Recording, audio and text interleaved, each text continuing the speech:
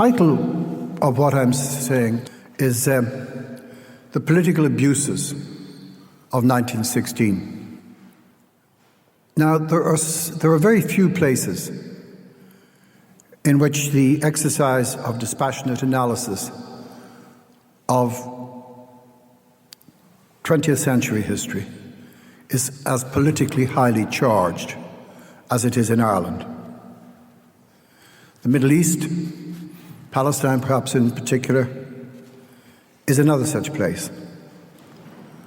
And the opinion of one of the most distinguished historians of that region, Professor Bernard Lewis of Princeton, is, I think, a very good point of departure for trying to make sense of the ragbag of controversy surrounding the contemporary commemoration of 1916 here. He has written of how, quote, those who are in power control to a very large extent the presentation of the past and seek to make sure that it is presented in such a way as to buttress and legitimize their own authority. Now, that presentation, of course, will differ, will vary in accordance with the perspectives of different governments seeking to legitimize their authority. Thus, in Ireland, North and South, the presentation, the perspective, if you like, of, say, Arlene Foster will be very different from the perspective of Enda Kenny. But the object of both exercises is the same: to legitimize their own authority, the authority of their governments.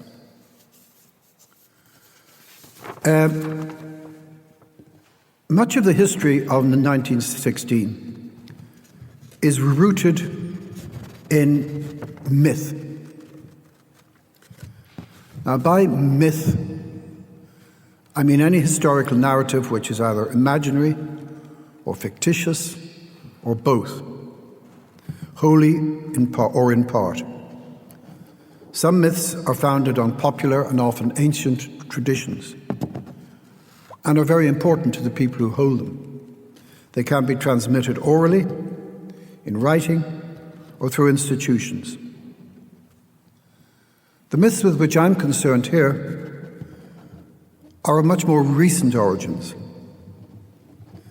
Some of these myths were created, sustained, for contemporary political purposes. And those who seek to preserve the integrity of such myths, as well as those who seek to erect counter-myths in their place, want to legitimize their political purposes by cocooning them in the comforting cloak of a mythical past. Hence, although the aims of the constitutional politician, committed to the idea that nothing can be gained by violence, those aims are diametrically opposed to the aims of the paramilitary spokesman, convinced that his organization's objectives can only be gained by physical force. Both are anxious to plunder, to prostitute the past for the purposes of the present. The more intense the contemporary conflict between such competing legitimacies, the greater the temptation. One immediate cause of this obsession with the mythological that has become so characteristic of modern Irish historiography is the recrudescence of violence in Northern Ireland after 1968. And we should recall, before looking at that in a bit more detail, that the tension between the scholarly practice of history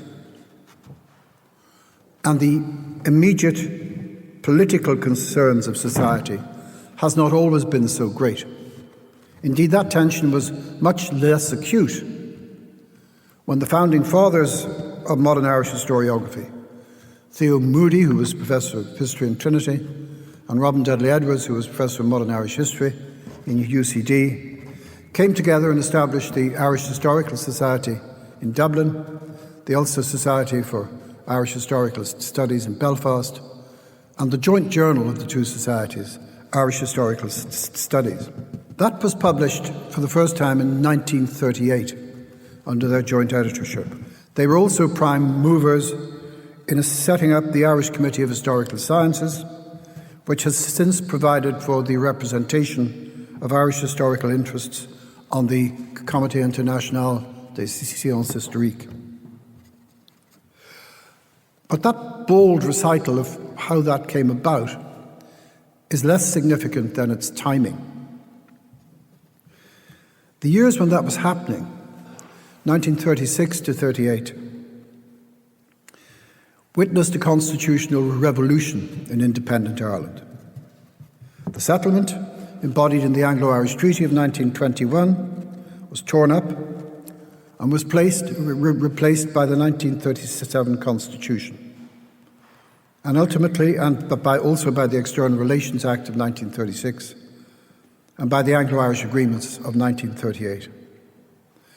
And these developments, in the eyes of most Irish Republicans, legitimised the authority of the state for the first time since independence. It certainly gave a much broader base to the legitimisation of authority than had previously existed.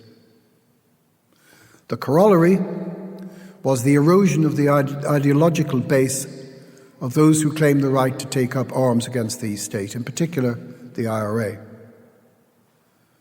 Eamon de Valera summed it up. He was the architect of these changes in the 30s when he told the Dáil the Irish people had established freely a state in accordance with their wishes. He passed a Treason Act. Anybody subsequently guilty of threatening the state or violence against the state could expect to be harshly treated. And internment in independent Ireland was introduced without trial, which became such a cause of contention in Northern Ireland when the crisis began there. After the crisis began there, internment without trial was introduced in this part of Ireland during World War II and again during the 1950s. Because de Valera was absolutely determined, as were other Irish governments, that that kind of activity could no longer be justified under any circumstances.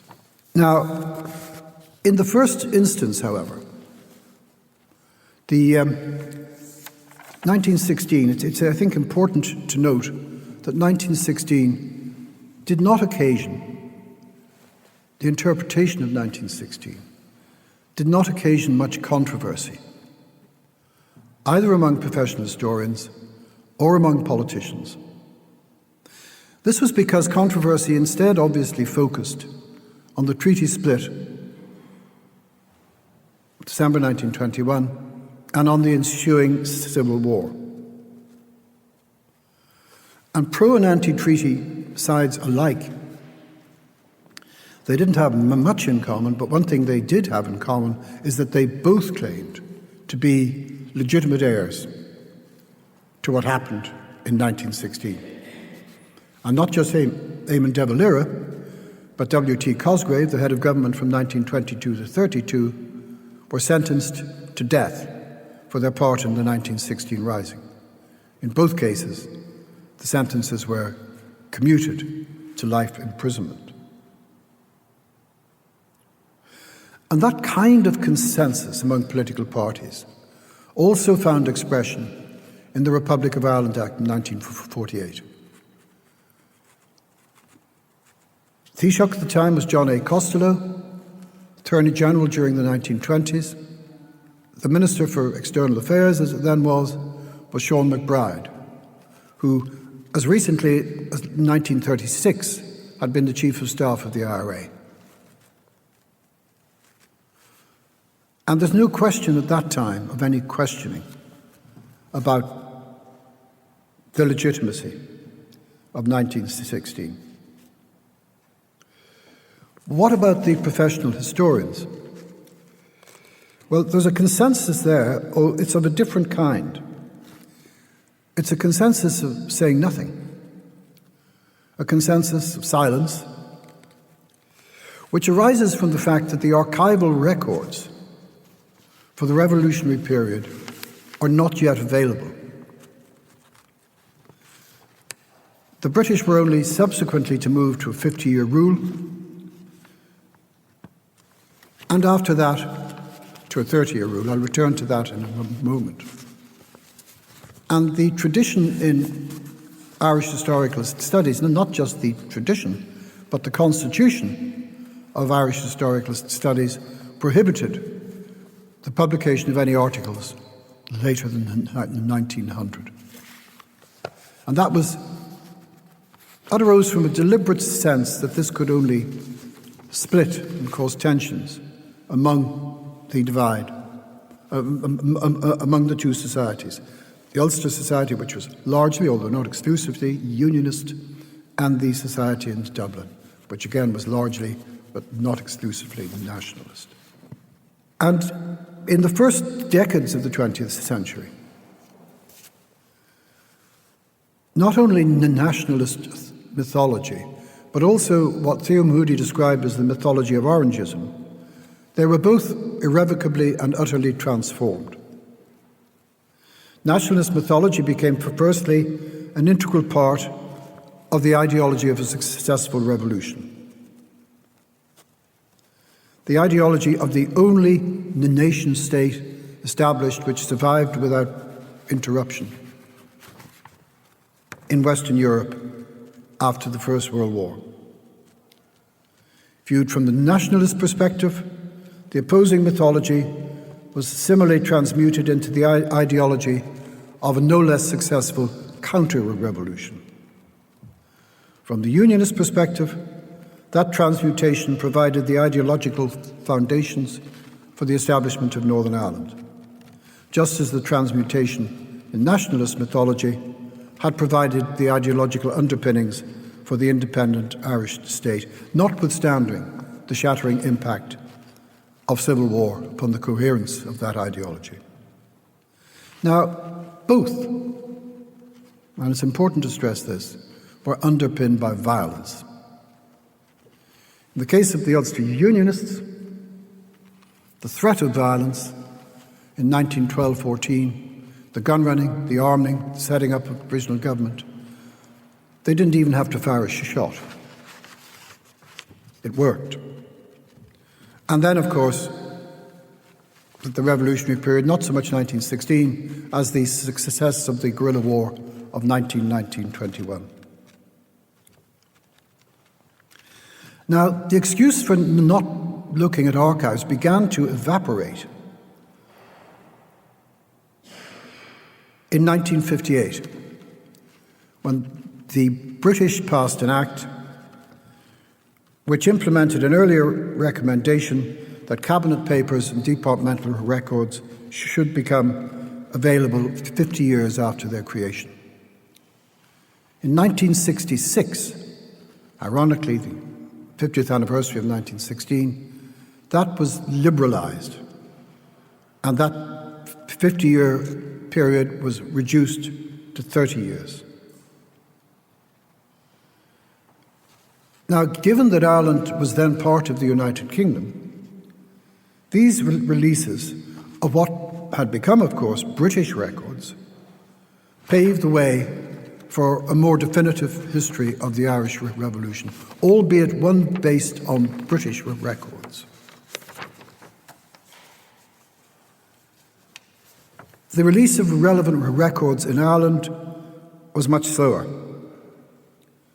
So much so that when Professor F.X. Martin published in 1961 two memoranda of Owen MacNeill's from 1916 that he discovered in the National Library, this was widely regarded as a turning point in the historiography of the 1916 Rising.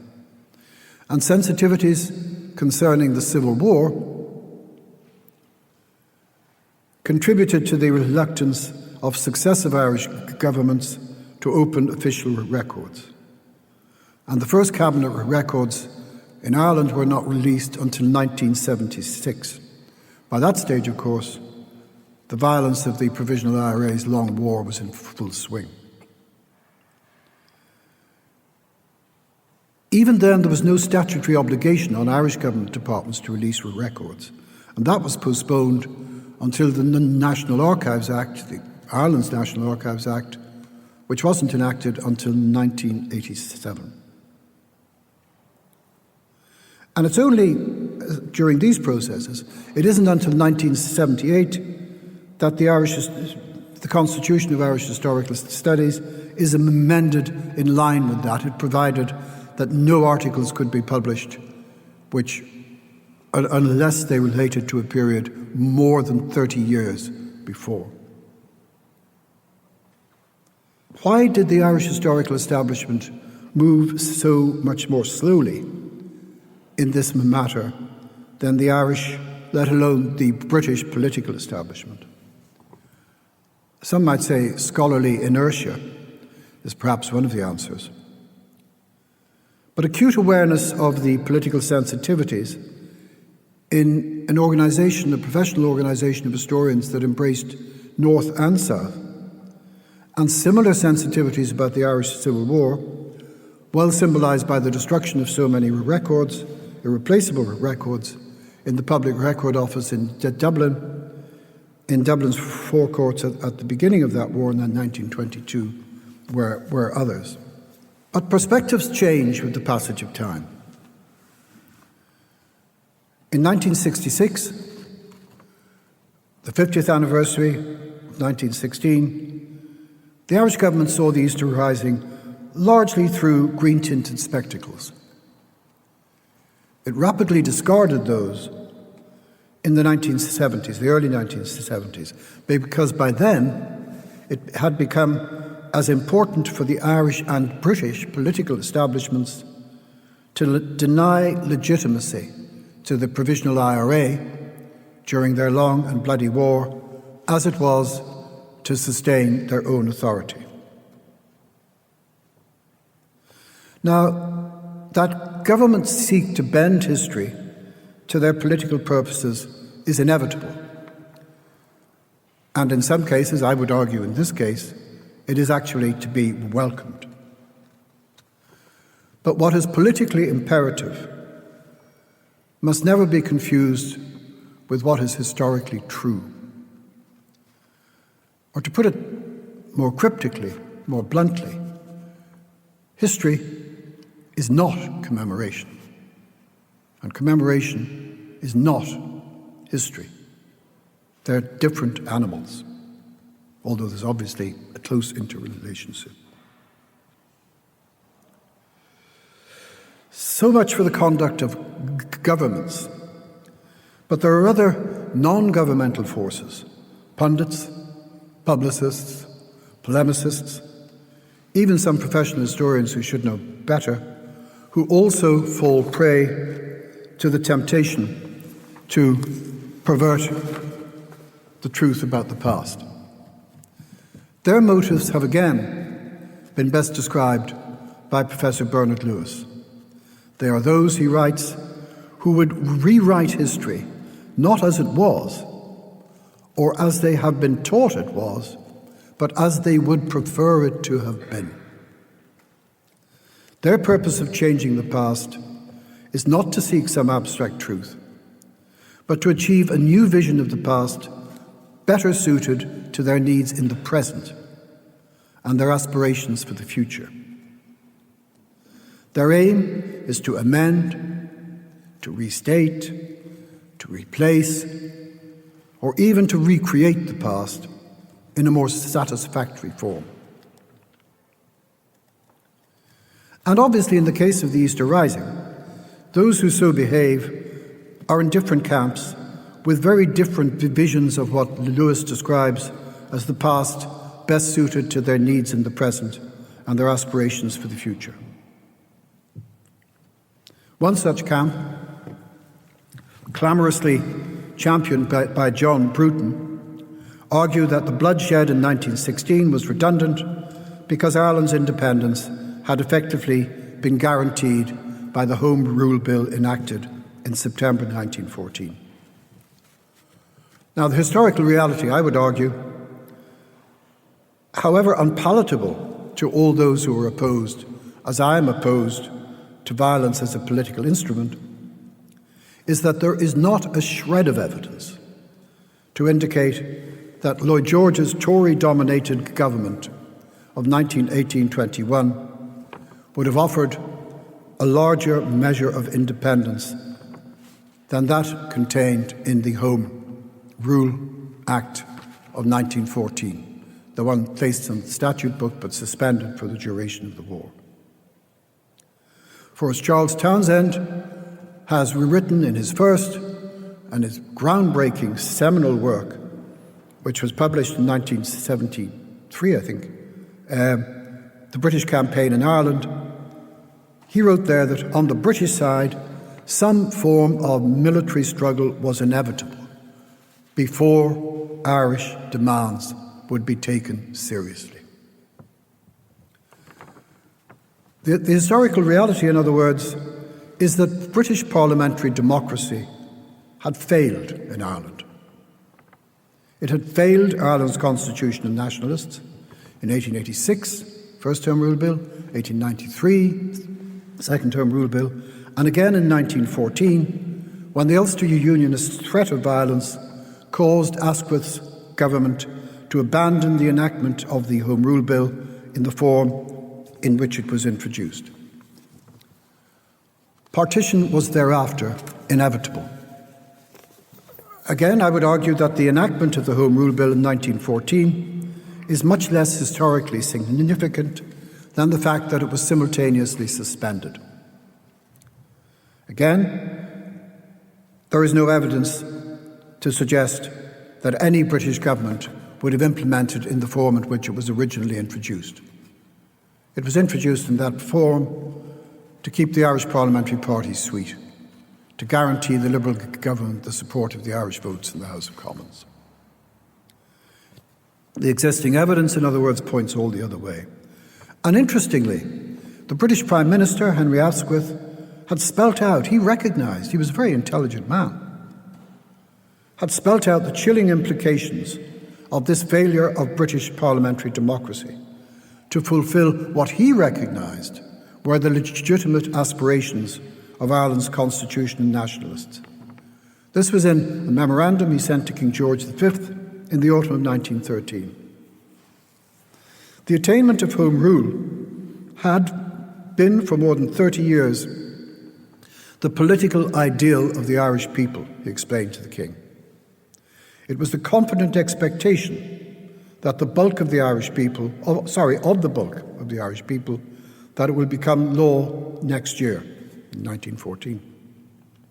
If that expectation were yet again disappointed, as it had been, of course, in 1886 and again in 1893, the consequences, Asquith wrote, would extend into every department of political, social, agrarian, and domestic life.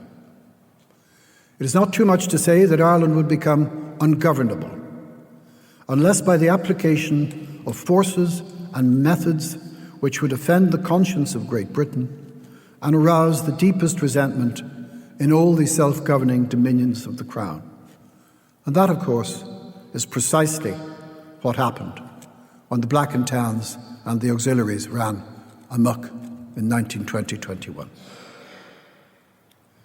Now, this bold recital of what happened does not demand any granting of approval, retrospective or otherwise, of the use of violence as a political instrument. But it does demand, as I keep stressing, a recognition of historical reality. It also poses the fundamental question about the purpose of the commemoration of the Rising.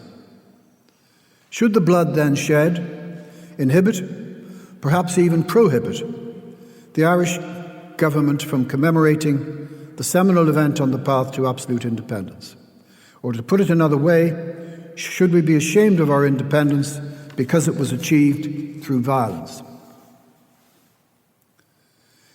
Garrett Fitzgerald asked in 2003 whether, and I'm quoting him exactly here, without the national revival in 1916-21, Ireland would ever have become a largely self-reliant country, seeking to run its own affairs in its own way? Or would it have shrunk, as regrettably did Northern Ireland, into a dependent economic provincialism, myopically preoccupied about its share of British subsidies and social welfare provisions? A question perhaps even more relevant today, when Gerry Adams sees nothing humiliating in rattling his begging bowl before David Cameron, and for ludicrously insisting that Northern Ireland is entitled to a more generous welfare system than the rest of the United Kingdom. That's an example of his narcissism, I think, on a par with a statement in the White House last week when he chose to liken himself to Rosa Parks at the back of the bus. But let that pass. A related question is whether, without the Irish Revolution of 1916-21, complete independence in the shape of a sovereign, independent republic in everything but name could ever have been achieved, certainly as early as 1937. And the independence then attained was reaffirmed by the all-party commitment, again consensus, to a policy of neutrality in World War II.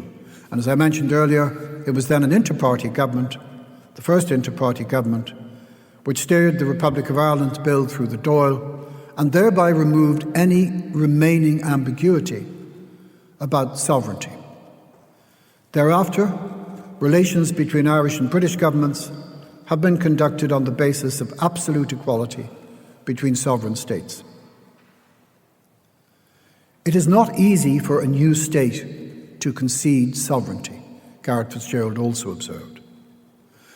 But by 1972, the Irish were so secure in their sense of being a truly sovereign people that the proposal to embrace the European enterprise was endorsed by an overwhelming 83% of the electorate in a referendum. Garrett Fitzgerald's conclusion was that Irish independence was in fact secured almost at the latest date in which it could have been usefully achieved. And that's another reason why we should commemorate the 1916 Rising as the catalyst, without which the status of a sovereign independent state might never have been achieved.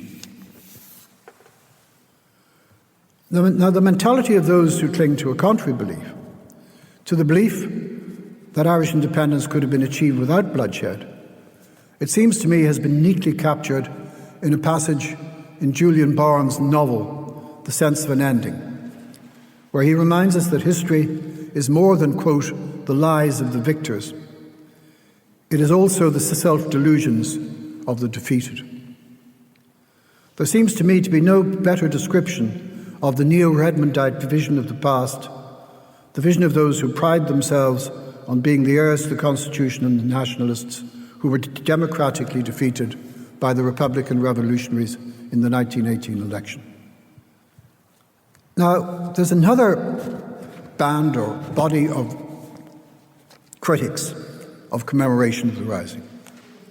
They're inspired by different quasi-theological vision born of Catholic teaching in what I think of as the just war brigade of critics of the Easter Rising. This is not to dispute that the Rising failed to meet the test that before a war or rebellion can be considered just, it must have a prospect of success. One might come to a different conclusion, however, in regard to the guerrilla war of 1919-21, or if one takes the revolutionary period in 1916-21 as a whole.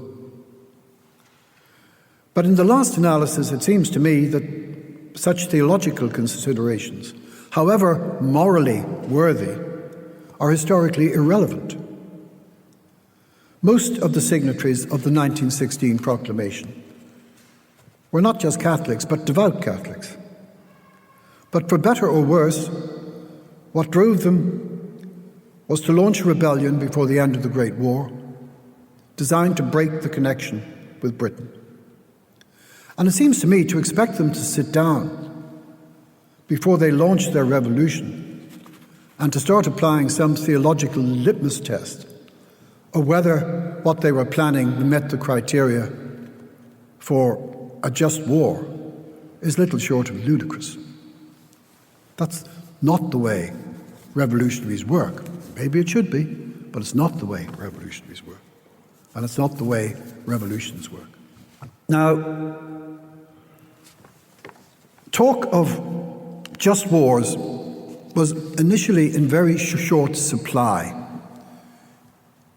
in the aftermath of the 1916 Rising. It doesn't figure very prominently in the Catholic Church's initial reaction to the 1916 Rising. And here I think we should never forget that the Catholic Church in Ireland, as elsewhere in the world, and Pope Innocent III was the first great exponent of this, is also a political institution. Insofar its objectives may ultimately have to do with the next world, but it is conscious of the fact that it's functioning in a temporal context. And in this respect, it is no more averse than other political institutions to perverting the course of history for its own purpose. Oliver Rafferty, in a very fine article in the current issue of Studies, which is devoted to such issues as the commemoration of 1916, he describes how the Catholic Church, the initial response to the Rising, showed it at sixes and sevens. He demonstrates, for example, how the bishops were unable to agree on the wording of a pronouncement concerning the Catholic doctrine on rebellion. One draft statement was presented to the meeting of the bishops in Maynooth, the first meeting after the Rising, arguing that martial law should be ended and that the country should rally behind the Irish Parliamentary Party, which had brought the cause of Home Rule to the threshold of success. That failed to win the unanimous support of the bishops, and it was not issued. As one bishop put it bluntly, if the fractious element at present out for the destruction of the social order get the upper hand, the Church will suffer. And of course the concern of the bishops above all else was that the Church must not suffer. So it was that only 7 of the 31 bishops, when I say 31 bishops, I'm speaking of diocesan ordinaries, their coadjutors and auxiliaries, only 7 of the 31 openly condemned the Rising in the immediate aftermath. Most, as Oliver Rafferty writes, decided that silence was the best policy. Now, I think the Irish Catholic Church's dilemma at this time has been very well identified in a seminal work published as long ago as 1973 by an American historian of Irish history, David Miller, in a book called Church, State and the Nation in Ireland. And he argues that what happens in Ireland in 1916-22, unlike the years of the Irish Parliamentary Party's ascendancy, was that state and nation go their separate ways. Faced with an evolutionary conflict between the Irish nation and what was a British state, epitomised by the gunboat, the Helga, shelling Sackville Street from the Liffey, and by General Maxwell's policy of executing the leaders of the Rising under martial law. Faced with that nation-state conflict, the Catholic bishops were always going to choose the nation. So it was, in Oliver Rafferty's words, that they tended to follow rather than to direct Irish public opinion. Insofar as they did bend to populist sentiment, he writes, it was to ensure that institutionalised Catholicism maintained its place in Irish society, as of course it did to horrendous effect in the 1920s, 30s, 40s, 50s.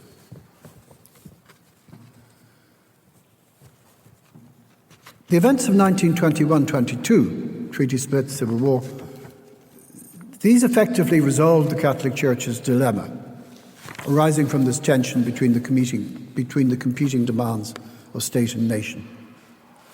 Because the Irish Free State, whatever its republican inadequacies, was indisputably an Irish state.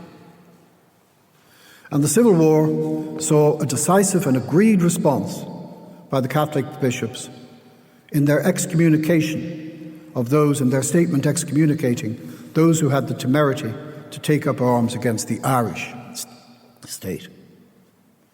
However, discreet silence remained the order of the day for the first 50 years of the independent Irish state when it came to discussion of 1916.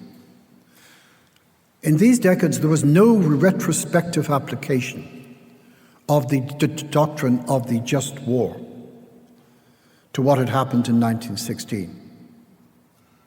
It was significant, moreover, that when that wall of silence was finally breached, it was breached not from within the diocesan church, but by a Jesuit priest, Father Francis Shaw, who in 1966 wrote an article for Studies that was a severe critique of Pearse, the blood sacrifice, and the rising. And even then, in 1966, that was adjudged so untimely that its publication was withheld for another 6 years.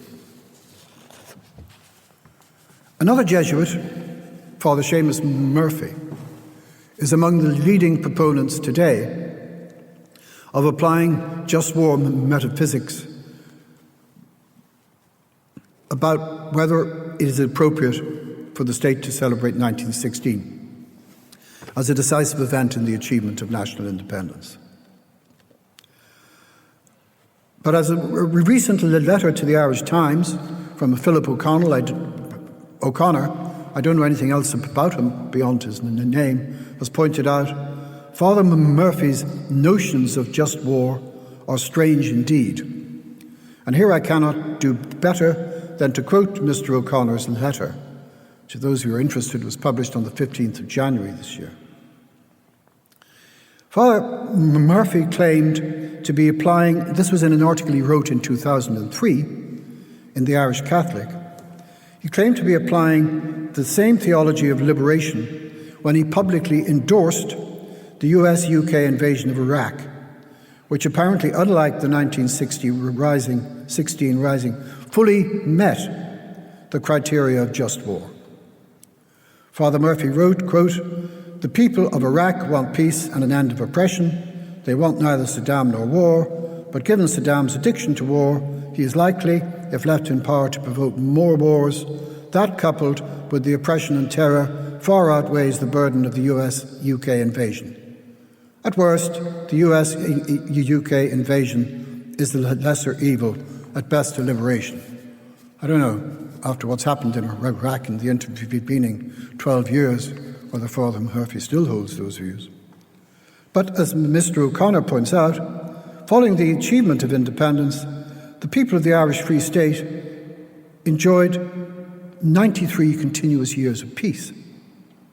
Following the US and UK invasion of Iraq, that country has experienced over a decade of the most horrendous warfare and destruction. We should be grateful, he concludes, to Father Murphy for revealing to us the faulty criteria, not so much of liberation theology, but of latter-day Jesuit casuistry. So much for Father Murphy. The 50 years' silence in 1916 was not, of course, peculiar to the Catholic Church.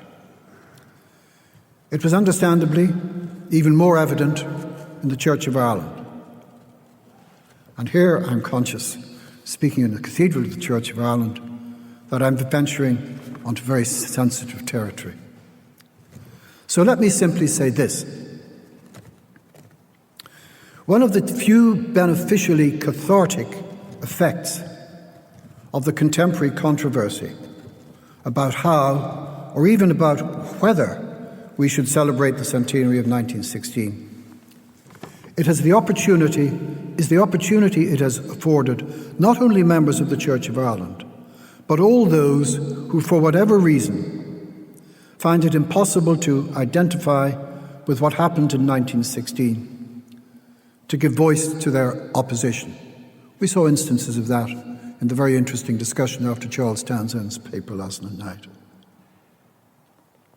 And aspects of that discussion, after Charles Townshend's masterly lecture, showed how important that is. But much more important than that is the fact, because it is a fact, that a conference such as this can take place in 2016 in a Church of Ireland cathedral. And for that, not only members of the Church of Ireland, but all those who welcome, as I do, an open debate from which none should be excluded, owe Dean Maria Jansen their warmest thanks.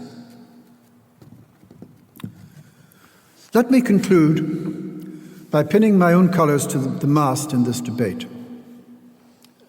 I am among those, as many of you are probably aware,